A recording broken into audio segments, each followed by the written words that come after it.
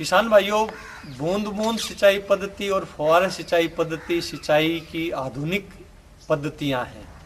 यदि आप इन पद्धतियों से पानी लगाएंगे तो निश्चित रूप से पानी का बचत भी होगी और साथ ही साथ पैदावार में भी वृद्धि होगी। बूंद बूंद सिंचाई पद्धति और फुहारा सिंचाई पद्धति का सही सदुपयोग करने के लिए आपके पास डिग्गी का होना बहुत ही जरूरी है। यदि आपकी बारी आती है तो उस बारी का पानी आप डिग्गी में डाल लें और फिर फसल को आप बूंद बूंद सिंचाई पद्धति के माध्यम से या फुहारा सिंचाई पद्धति के माध्यम से पानी दें, जिससे कि उस पानी का सही सदुपयोग हो सके। कई बार देखने में ऐसा आता है कि आपकी बारी आती है और उसी वक्त ही बारिश हो जाती है। ऐसी स्थिति में फसल को पानी की कोई जरूरत नहीं होती है, परंतु क्योंकि आपकी बारी आई है और आपके पास पानी एकत्रित करने के लिए कोई डिग्गी नहीं है, तो ऐसी स्थिति में आपको मजबूरन फसल को पानी लगाना पड़ेगा। आपका पानी भी खराब जाएगा और साथ ही साथ फसल को भी नुकसान होगा। ऐसी स्थिति में यदि आपके पास डिग्गी है तो आपकी बारी का पूरा पानी आप डिग्गी में डाल सकते हैं और डिग्गी की अक्षमता इतनी होनी चाहिए कि कम से कम 2 बारी का पानी आपकी डिग्गी में आ सके। और फिर आप डिग्गी से बूंद बूंद सिंचाई पद्धति से या फुहारा सिंचाई पद्धति के माध्यम से फसल को पानी दें, जिससे कि फसल को जब आवश्यकता हो तब पानी मिले, जितनी मात्रा में आवश्यकता हो उतना पानी मिले। ऐसी स्थिति में साथ साथ आप बूंद बूंद सिंचाई पद्धति और फुहारा सिंचाई पद्धति के माध्यम से ही आप उर्वरक दें, तो इसमें जल की भी उपयोग दक्षता बढ़ेगी और उर्वरकों की भी उपयोग पद्धति की हेड यूनिट इसको बोलते हैं। इसमें ये मोटर लगी हुई है, इस मोटर से पानी है, डिग्गी से इधर से पानी आता है और ये पानी फिल्टर में चला जाता है।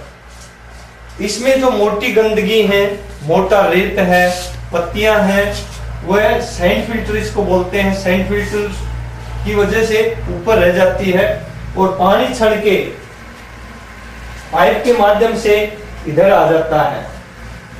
और इसमें ये वेंचुरी लगी हुई है। वेंचुरी में जब भी कोई उर्वरक देना होता है या कोई भी दवाई फसल को देनी होती है तो वेंचुरी के माध्यम से देते हैं। बाल्टी में डाल लेते हैं दवाई या उर्वरक और वेंचुरी के माध्यम से इसको खेत में दे देते हैं। इसमें आप देख रहे हैं 2 प्रेशर गेज लगे हुए हैं और एक ये बीच में वाल्व लगा हुआ है।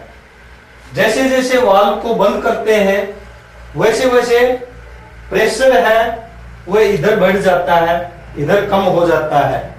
और जब दोनों प्रेशर गेज का जो प्रेशर डिफरेंस है, प्रेशर में जो अंतर है वह 0.5 kg पर स्क्वायर सेंटीमीटर हो जाता है, तब पानी की कुछ मात्रा इधर से आना शुरू हो जाती है और यहां से ये जो वेंचुरी है ये पानी को खींचना शुरू कर देती है। ये पानी को खींच के इस पाइप के माध्यम से इसमें आ जाता है और फिर ये डिस्क फिल्टर है, इसमें छन जाता है और साफ पानी इस डिस्क फिल्टर से होता हुआ और फिर मेन पाइप में चला जाता है। मेन पाइप से सब पाइप में चला जाता है और सब पाइप के बाद में ड्रिप लाइन के माध्यम से ड्रिपर्स तक पहुंचता है और ड्रिपर्स से बूंद बूंद गिरता हुआ पौधे के पास पानी गिर जाता है। इस तरह से ये हेड यूनिट बहुत ही महत्वपूर्ण है। इसमें 2 फिल्टर लगे होते हैं, एक ग्रेवल फिल्टर या सैंड फिल्टर इसको बोलते हैं, दूसरा डिस्क फिल्टर या मैश फिल्टर बोलते हैं। जो पानी की मोटी मोटी गंदगी है, पत्तियां हैं, धूल है, मिट्टी है, वह तिनके हैं, वह सैंड फिल्टर से ऊपर छन जाते हैं और जो बहुत महीन कण है वह मैश फिल्टर से छन जाते हैं और बिल्कुल साफ पानी है वह लाइन में चला जाता है। इसमें यह जरूरी है कि समय समय पर सैंड फिल्टर को और मैश फिल्टर को साफ किया जाए। यदि समय समय पर इनको साफ रखते हैं तो साफ पानी लाइन में आता है और उससे ड्रिपर कभी भी चौक नहीं होते हैं। जब सैंड फिल्टर को साफ करना होता है उस वक्त नीचे का वाल्व है ये धीरे से खोल देते हैं और ऊपर के वाल्व को धीरे धीरे बंद करते हैं, जिससे पानी सीधा ऊपर नहीं जाके नीचे होता हुआ चला जाता है। और ये पानी फिर ऊपर होके, और जो गंदगी ऊपर आई हुई है, पत्तियां हैं या मिट्टी है, वह ऊपर पानी के साथ इधर होती हुई, और बाईपास वाल्व है, इस वाल्व को खोल देते हैं, इस वाल्व में होती हुई और बाहर निकल जाती है। इस तरह से समय समय पर सैंड फिल्टर की सफाई होती रहती है, सैंड साफ होती रहती है, तो फिर कोई भी कचरा है वह आगे नहीं जाता है। इसी तरह से मैश फिल्टर है, मैश फिल्टर की भी रोजाना सफाई करनी बहुत जरूरी है।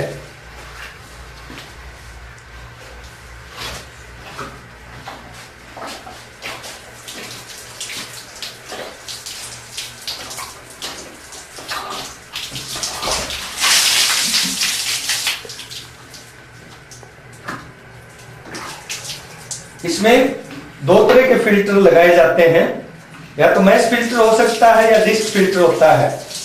इन फिल्टर को अच्छी तरह से साफ कर लेते हैं, ये डिस्क को ढीला कर देते हैं और दोनों तरफ घुमा के और एक साफ कपड़े से इसको साफ कर देते हैं। बाल्टी में पानी भर लेते हैं और बाल्टी में डुबो के इसको हिला के और अच्छी तरह से इसकी गंदगी है उसको साफ कर ली जाती है। इस तरह से यदि रोजाना डिस्क फिल्टर को साफ करते हैं तो ऐसी स्थिति में साफ पानी है वह आगे चला जाता है और ड्रिपर्स हैं वह चौक नहीं होते हैं, और उसमें किसान के ड्रिप लाइन है वो लंबे समय तक बढ़िया काम करती रहती है। एंड फिल्टर को साफ करना होता है तो बाईपास असेंबली से जो भी गंदगी है वो वापस इस नाले में आके गिर जाती है, और सैंड है वह एकदम साफ, सैंड है बिल्कुल साफ हो जाती है। इसलिए कम से कम सप्ताह में एक बार सैंड फिल्टर को साफ करना चाहिए। और मैश फिल्टर है या डिस्क फिल्टर है उसको रोजाना ड्रिप सिस्टम चलाने से पहले बाल्टी में साफ कपड़े से, मुलायम कपड़े से अच्छी तरह से साफ करना चाहिए, और ये इसकी मेंटेनेंस के लिए बहुत ज़रूरी है। लाइन है, ड्रिप सिस्टम है, उसमें 3